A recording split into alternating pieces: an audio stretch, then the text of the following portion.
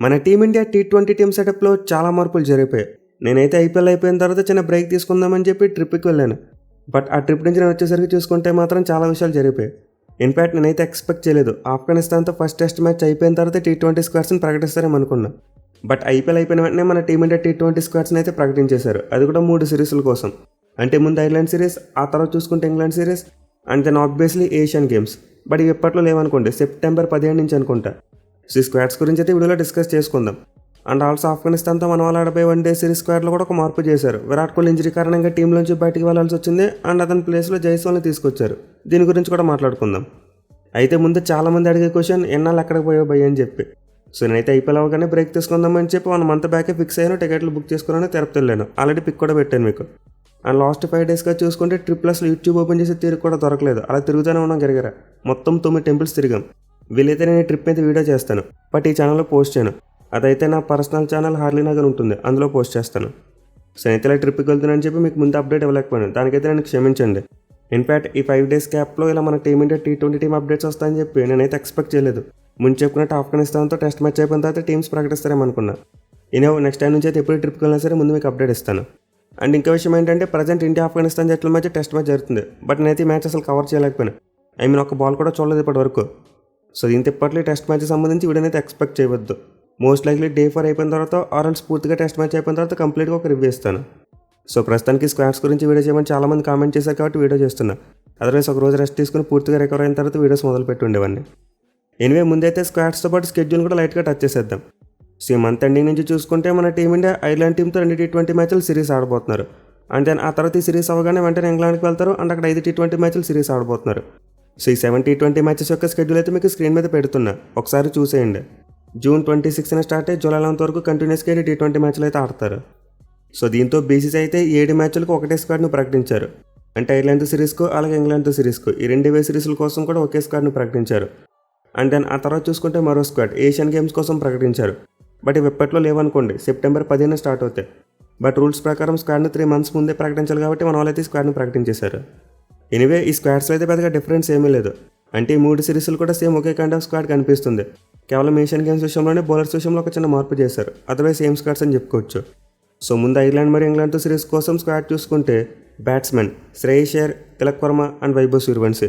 Wicket keepers Sanju Samson, Ishan Kishan. Allrounders Abhishek Sharma, Nitish Kumar Reddy, Shivam Dube, Axar Patel and Washington Sundar. Bowlers Varun Chakravarthy, Harshdeep Singh, Mohammed Siraj, Harshit Rana, Ravi Bishnoi and Prince Yadav. ఇలా మొత్తం 16 మందితో కూడిన స్క్వాడ్ని అయితే ఈ 2 సిరీస్ల కోసం ప్రకటించారు. వేరే ఏషియన్ గేమ్స్ కోసం స్క్వాడ్ చూసుకుంటే చిన్న మార్పు జరిగింది. అంటే బ్యాట్స్మెన్, వికెట్ కీపర్స్, ఆల్రౌండర్స్ అందరూ సేమ్ ఉన్నారు. బట్ బౌలర్స్ విషయంలో మాత్రం సిరాజ్ మరియు ప్రిన్స్ యాదవ్ వీళ్ళిద్దరిని పక్కన పెట్టి బుమ్రాని తీసుకొచ్చారు టీంలోకి. అది కూడా ఎందుకంటే మ్యాక్సిమం 15 మందిని మాత్రం పిక్ చేయాలి ఏషియన్ గేమ్స్ కోసం. సో ఒక్క మార్పు మినహాయిస్తే మొత్తం టీం అంతా కూడా సేమ్ టు సేమ్ ఉంది. అయితే టీమ్స్ని T20 వరల్డ్ కప్ టీంతో కంపేర్ చేసుకుంటే మాత్రం చాలా మార్పులు జరిగాయి భయ్య. మరి ముఖ్యంగా అతిపెద్ద చేంజ్ క్యాప్టెన్సీ మార్పు. ఇప్పుడైతే మన టీమిండియాకు కొత్త కెప్టెన్గా శ్రేయస్ అయ్యర్ అండ్ వైస్ కెప్టెన్గా చూసుకుంటే మన తెలుగోడు తిలక్ వర్మ వచ్చాడు. సో ఈ క్యాప్టెన్సీ చేంజ్ గురించి అయితే మనం ఐపీఎల్ టైం అప్పుడే మాట్లాడుకున్నాం. అంటే ఒక వీడియో చేశాను. సూర్యకుమార్ యాదవ్ను పక్కన పెట్టి శ్రేయస్ అయ్యర్గా కెప్టెన్గా చేయబోతున్నట్టు రిపోర్ట్స్ వచ్చాయని చెప్పి మనం ఒక వీడియో చేసుకున్నాం. అండ్ ఎగ్జాక్ట్లీ ఇప్పుడు ఆ రిపోర్ట్స్ నిజమైపోయాయి. నిజంగానే శ్రేయస్ అయ్యర్ మన టీమిండియా T20 టీంకు కెప్టెన్గా చేశారు. సో ఈ మూవ్ అయితే చాలా మంచిది and Shreyas Iyer is obviously well deserving candidate.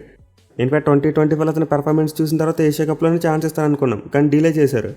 అయితే అట్టకెలకు శ్రేయస్ అయ్యర్కి ఏదైతే దక్కాలో దక్కింది. అతని గతంలో చాలా సందర్భాల్లో కెప్టెన్గా ప్రూవ్ చేసుకున్నాడు అండ్ ప్రజెంట్ మన టీమిండియా T20 టీంకి కెప్టెన్ అయ్యాడు. వేరే వన్డే టీంలో చూసుకుంటే వైస్ కెప్టెన్గా ఉన్నాడు. సో శ్రేయస్ అయ్యర్ని కెప్టెన్గా పెట్టిన విషయంలో అయితే ఖచ్చితంగా మన సెలక్షన్ కమిటీని మెచ్చుకోవాలి. అయితే వైస్ కెప్టెన్గా తిలక్ వర్మని పెడతారని చెప్పి మాత్రం నేనైతే ఎక్స్పెక్ట్ చేయలేదు. అంటే ఇంకా చాలామంది క్యాప్టెన్స్ రేస్లో ఉన్న క్యాండిడేట్స్ ఉన్నారు. లైక్ ఇషాన్ కిషన్, సంజు శాంసన్ ఆర్ అక్షర్ పటేల్ కూడా కంటిన్యూ చేసి ఉండొచ్చు. బట్ ఈ వైస్ కెప్టెన్ విషయంలో మన వాళ్ళైతే కంప్లీట్లీ ఫ్యూచరిస్టిక్గా ఆలోచించారు. అంటే తిలక్ వర్మ ప్రజెంట్ చాలా యంగ్ ప్లేయర్, Under 25 ఉన్నాడు. దీంతో ఒక 3 to 4 years తిలక్ వర్మని వైస్ కెప్టెన్గా నలగనిచ్చి ఆ తర్వాత కెప్టెన్గా పెట్టాలనే ఉద్దేశం అయితే మనకు కనిపిస్తుంది. ఇన్ఫాక్ట్ ఇదే సరైన పద్ధతి కూడా. మన వాళ్ళైతే లాస్ట్ 2 yearsగా చూసుకుంటే ఈ కెప్టెన్ మరియు వైస్ కెప్టెన్ విషయంలో ఒక క్లారిటీ లేదు. చాలా రొటేషన్స్ చేసేసారు. ఇన్ఫాక్ట్ దీని కారణంగా ఇప్పుడు మరోసారి ట్రాన్సిషన్ సరిగ్గా జరగలేదు. అంటే మనకి వరల్డ్ కప్ గెలిపించిన కెప్టెన్ సూర్యకుమార్ యాదవ్ అతని కెప్టెన్సీ పోవడం మాత్రమే కాదు, కనీసం టీంలో కూడా లేకుండా పోయాడు. అది కూడా అతని స్థానంలో కెప్టెన్గా ఎవరు వచ్చారు? శ్రేయస్ అయ్యర్. మన టీమిండియా తరపున T20 మ్యాచ్ ఆడి 3 years అయిపోయింది. సో దీంతో కొంతమందికి అయితే క్యాప్టెన్సీ ట్రాన్సిషన్ నచ్చకపోవచ్చు. అంటే మీరు ఏ లాజిక్ని బేస్ చేసుకుని శ్రేయస్ అయ్యర్ని కెప్టెన్గా తీసుకొచ్చారని చెప్పి క్వశ్చన్ చేయొచ్చు. ఇన్ఫ్యాక్ట్ అయ్యర్ కంటే పడిటర్ లాంటి వాళ్ళు వరుసగా 2 కప్పులు గెలిపించి పెట్టారు. సో వాళ్ళని కూడా క్యాప్టెన్ చేయాలని చెప్పి కొంతమంది క్వశ్చన్ చేయొచ్చు. ఎందుకంటే శ్రేయస్ ఐపీఎల్ మరియు డొమెస్టిక్ పెర్ఫార్మెన్స్ చూసే కదా తిరిగి క్యాప్టెన్గా తీసుకొచ్చారు. అండ్ పడిటర్ విషయంలో కూడా సేమ్ టు సేమ్ అదే చేసి ఉండొచ్చు. సో ఇప్పుడు ఈ క్యాప్టెన్సీ చేంజ్ విషయంలో చాలా వరకు క్వశ్చన్స్ రైజ్ అవుతున్నాయి. అయితే ఫ్యూచర్లో మన వాళ్ళు ఇలాంటిది ఫేస్ చేయకుండా ఉండడం కోసం ఏదైతే చేయాలో ఇప్పుడు అదే చేశారు. అంటే తిలకవర్మ లాంటి ఒక యంగ్స్టర్ని వైస్ క్యాప్టెన్గా పెట్టారు. దీంతో భవిష్యత్తులో క్యాప్టెన్సీ మార్పు అనేది చాలా స్మూత్గా సరిపోద్ది. బట్ అఫ్కోర్స్ చెప్పలేం, మన సెలక్షన్ కమిటీ వైస్ కెప్టెన్ విషయంలో చాలా వరకు మ్యూజికల్ చైర్స్ ఆడతారు భయ్యో. అంటే వాళ్ళు ఇప్పుడు ఎవరిని వైస్ కెప్టెన్గా పెడతారో వాళ్ళకే తెలియదు. ఒకసారి గిల్ అంటారు, ఇంకోసారి అక్షర్ పటేల్ అంటారు, ఇంకోసారి వేరే ప్లేయర్ అంటారు. సో వైస్ కెప్టెన్స్ విషయంలో అయితే వాళ్ళు తరచుగా మార్పులు చేస్తూనే ఉన్నారు, ఒక కన్సిస్టెన్సీ మెయింటైన్ చేయట్లేదు. దీంతో తిలకవర్మ విషయంలో ఏం జరుగుతుందో మనమైతే వేచి చూడాలి. But to be frank, present ఉన్న సిచ్యువేషన్లో చూసుకుంటే తిలకవర్మే బెస్ట్ ఆప్షన్ భయ్య. అంటే మీకు సంజు శాంసన్, ఇషాన్ కిషన్ మరి అభిషేక్ శర్మ లాంటి వాళ్ళు చాలా అగ్రెసివ్ ప్లేయర్స్. వీళ్ళ మీద క్యాప్టెన్సీ వైస్ క్యాప్టెన్సీ బర్డెన్ పెడితే సరిగ్గా ఆడలేకపోవచ్చు. అంటే ఫ్రీ ఫ్లోయింగ్ బ్యాటింగ్ చేసే అవకాశం తగ్గిపోద్ది. దీంతో వాళ్ళకి బ్యాటింగ్లో ఫ్రీడమ్ ఇవ్వడం కోసం తిలకవర్మ లాంటి వాళ్ళు వైస్ కెప్టెన్గా పెట్టారు. మళ్ళీ తిలకవర్మ ఆల్ సిచ్యువేషన్ ప్లేయర్. అంటే పరిస్థితులకు తగ్గట్టు గేర్లు మార్చి బ్యాటింగ్ చేయగలిగే క్యాపబిలిటీ ఉన్న ప్లేయర్. అండ్ ఎగ్జాక్ట్లీ ఇలాంటి ప్లేయర్స్నే క్యాప్టెన్సీ మెటీరియల్ కోసం గ్రూమ్ చేసుకోవాలి, మన వాళ్ళు అదే చేశారు. ఇన్ఫాక్ట్ ఫ్యూచర్లో తిలకవర్మ ఎంఐ టీమ్ కూడా క్యాప్టెన్గా మారేందుకు చాలా ఎక్కువ అవకాశాలు ఉన్నాయి. క్యాప్టెన్ మరి వైస్ క్యాప్టెన్ మార్పు విషయంలో చూసుకుంటే నాకైతే అలాంటి ప్రాబ్లం కనిపించలేదు. అంటే డిజర్వింగ్ క్యాండిడేట్స్కి అవకాశం అయితే ఇచ్చారు. మరి సూర్యకుమార్ యాదవ్ పరిస్థితి ఏంటంటే ఖచ్చితంగా చాలా హార్ష్ కాల్ అని చెప్పుకోవాలి. ఇన్ఫాక్ట్ అతను క్యాప్టెన్గా కంటిన్యూ చేసే ఉద్దేశం లేకపోయినప్పటికీ బ్యాట్స్మెన్కి ఒక అవకాశం ఇచ్చి ఉండాల్సిందే. అంటే 2 సిరీస్లో అయినా సరే యాజ్ ఎ ప్లేయర్గా ఆడించి ఉండాల్సింది ఒక ఆఖరి ఛాన్స్గా. సూర్య అయితే T20 వరల్డ్ కప్ గెలిచిన తర్వాత చెప్పాడు, నేనైతే 2022 ఒలింపిక్స్ని టార్గెట్గా పెట్టుకున్నానని చెప్పి. కానీ ఇప్పుడు చూసుకుంటే మాత్రం అతనికి టీంలోనే ప్లేస్ లేకుండా పోయింది. మళ్ళీ ఐపీఎల్ 2026లో ఫెయిలియర్ అతనికి బిగ్గెస్ట్ నెగిటివ్ పాయింట్ పోయా. మీరు లాస్ట్ ఇయర్స్లో చూసుకుంటే సూర్యకుమార్ యాదవ్ క్యాప్టెన్గా ఆడినప్పుడు మన టీమిండియాకి సరిగ్గా పెర్ఫామ్ చేయలేదు. దీంతో క్యాప్టెన్సీ ప్రెజర్ అనుకున్నాం. మేలీ క్యాప్టెన్గా లేనప్పుడు లాస్ట్ ఇయర్ ఐపీఎల్ 2025లో చాలా బాగా పెర్ఫామ్ చేశాడు. కానీ ఈసారి చూసుకుంటే మాత్రం 2026లో అలాంటి పెర్ఫార్మెన్స్ రాలేదు. దీనివల్ల సూర్య బ్యాటింగ్ ఫామ్ క్యాప్టెన్సీ బర్డెన్ కారణంగా డిప్ అవ్వలేదు, న్యాచురల్గానే డిప్ అయిపోయిందని చెప్పి సెలెక్టర్స్ ఒక కొలిక్కి వచ్చేసారు. అదర్వైజ్ ఐపీఎల్ కనుక మంచిగా పెర్ఫామ్ చేసి ఉంటే ఒక క్లారిటీ ఉండేది. క్యాప్టెన్సీ ప్రెజర్ ఉండడం వల్ల సూర్య సరిగ్గా ఆడలేకపోతున్నాడు, సో క్యాప్టెన్గా తీసేసి బ్యాట్స్మెన్గా అయినా సరే కంటిన్యూ చేద్దామని చెప్పి ఒక మైండ్ సెట్తో ఉండేవారు. కానీ ఐపీఎల్ ఎప్పుడైతే ఫెయిల్ ఇంకా ఫిక్స్ అయిపోయారు సూర్యని బ్యాట్స్మెన్గా కూడా తీసేయాలని చెప్పి. అండ్ ఎగ్జాక్ట్లీ అదే జరిగింది. బట్ ఎనిమిది అయితే డెఫినెట్లీ కాస్త ఆర్స్కాలే. సూర్యకుమార్ 2 సిరీస్లో అవకాశం ఇచ్చి ఉంటే సరిపోయేది. అప్పుడు కూడా బ్యాట్స్మెన్గా ఫెయిల్ అయి ఉంటే తన మిషన్ కాస్త లాజికల్గా ఉండేది. సో మోస్ట్లీ సూర్యకుమార్ యాదవ్ యొక్క కెరీర్ ముగిసిపోయినట్టే భయ్య. ఇప్పుడున్న సిచ్యువేషన్లో అతను మళ్ళీ మన టీమిండియాలోకి బ్రేక్ అవ్వడం అంత ఈజీ కాదు, చాలా కష్టమైన విషయం. ఇక మిస్ అయిన మిగతా ప్లేయర్స్ చూసుకుంటే రింకు సింగ్ని పక్కన పెట్టేశారు. ఇది కాస్త సర్ప్రైజింగ్ మూవే. ఎందుకంటే రింకు సింగ్ T20 వరల్డ్ కప్లో ఎక్కువ అవకాశాలు రాలేదు. వేరే ఐపీఎల్లో చూసుకుంటే పర్వాలేదు, ఒక మాస్టర్గానే పెర్ఫామ్ చేశాడు. కానీ ఇప్పుడైతే సంజు శాంసన్ మరి ఇషాన్ కిషన్ ఇద్దరు టీంలో ఉంటారో ఆ టైంలో మనకి ఫినిషర్ ఆడించుకునే అవకాశం దక్కదు. అంటే మనం T20 వరల్డ్ కప్ టైంలో కూడా చూసాం, సంజు శాంసన్ ఓపెనర్గా ఆడించిన టైంలో రింకు సింగ్నే పక్కన పెట్టారు. సో ఇంత మన టీమిండియాకి డౌన్ ఆర్డర్ ఇప్పుడు స్పెషలిస్ట్ బ్యాటర్ని ఆడించుకునేంత స్కోప్ కనిపించట్లేదు. ఇన్ఫాక్ట్ అలాంటి స్కోపే కనుకుంటే పడిటర్ లాంటి వాళ్ళ సెలక్షన్ గురించి కూడా మనం ఆలోచించేవాళ్ళు. అంటే మనం ఇప్పుడు పడిటర్ మరి రింకు సింగ్ లాంటి వాళ్ళని టీంలోకి తీసుకుని ఆడించాలంటే ఒక ఆల్రౌండర్ని డ్రాప్ చేయాలి. లైక్ శివం దూబెనో, సుందరనో లేకపోతే అక్షర్ పటేల్ లాంటి వాళ్ళని డ్రాప్ చేయాలి. బట్ అలా చేయడం వల్ల కంప్లీట్లీ మన టీమిండియా బ్యాలెన్సే దెబ్బతింటుంది. సో చాలామంది ఆర్సీబీ ఫ్యాన్స్ అయితే పడిటర్ని ఎందుకు సెలెక్ట్ చేయలేదని చెప్పి క్వశ్చన్ చేస్తున్నారు. దానికి ఆన్సర్ అయితే ఇదే, ప్రజెంట్ మన టీమిండియాలో అతను ఫిట్ చేయగలిగే పొజిషన్ కనిపించట్లేదు. ఇన్ఫాక్ట్ అలాంటి అవకాశం ఉంటే మన రింకు సింగ్ని కంటిన్యూ చేసి ఉండేవారు. సో ప్రస్తుతానికి అయితే యాజ్ స్పెషలిస్ట్ బ్యాట్స్మెన్గా మన టీమిండియాలోకి బ్రేక్ అవ్వడం చాలా కష్టం. ఆల్రెడీ 2 వికెట్ కీపర్స్ ప్లేయింగ్ లెవెల్లో ఆడుతున్నారు. అండ్ అయ్యర్ చూసుకున్న తిలకవర్మ చూసుకున్నాం, వీళ్ళిద్దరు కూడా specialist batsmen. Even Abhishek Sharma కూడా చాలా తక్కువ సందర్భాల్లో బౌలింగ్ చేస్తాడు. సో దీంతో మనకి టాప్ 5 చూసుకుంటే ఎక్కువ బౌలింగ్ ఆప్షన్స్ కనిపించట్లేదు. దీంతో మరి స్పెషలిస్ట్ బ్యాట్స్మెన్ టీంలో పెట్టుకున్న పెద్ద యూజ్ ఏమీ ఉండదు, అందుకే ఆల్రౌండర్స్తో నింపేశారు మన స్క్వాడ్ని. అయితే బౌలింగ్ డిపార్ట్మెంట్ విషయంలో చూసుకుంటే భువనేశ్వర్ కుమార్ లాంటి ప్లేయర్కి ఖచ్చితంగా స్కోప్ ఉందని చెప్తే భయ్య. ఎందుకంటే సిరీస్ కోసం బుమ్రాకి రెస్ట్ ఇచ్చారు, సిరాజ్ని తీసుకున్నారు, ఓకే ఫామ్లో ఉన్నాడు. అండ్ హర్షదీప్ సింగ్ చూసుకుంటే మనకి మెయిన్ బౌలర్ ఆబ్వియస్లీ టీంలో ఉండాలి. వేరే తర్వాత చూసుకుంటే ప్రిన్స్ యాదవ్ లాస్ట్ ఇయర్స్ మంచిగా పెర్ఫామ్ చేశారు, టీంలోకి తీసుకున్నారు. ఈవెన్ వన్డే టీంలో కూడా అతనికి ప్లేస్ ఇచ్చారు.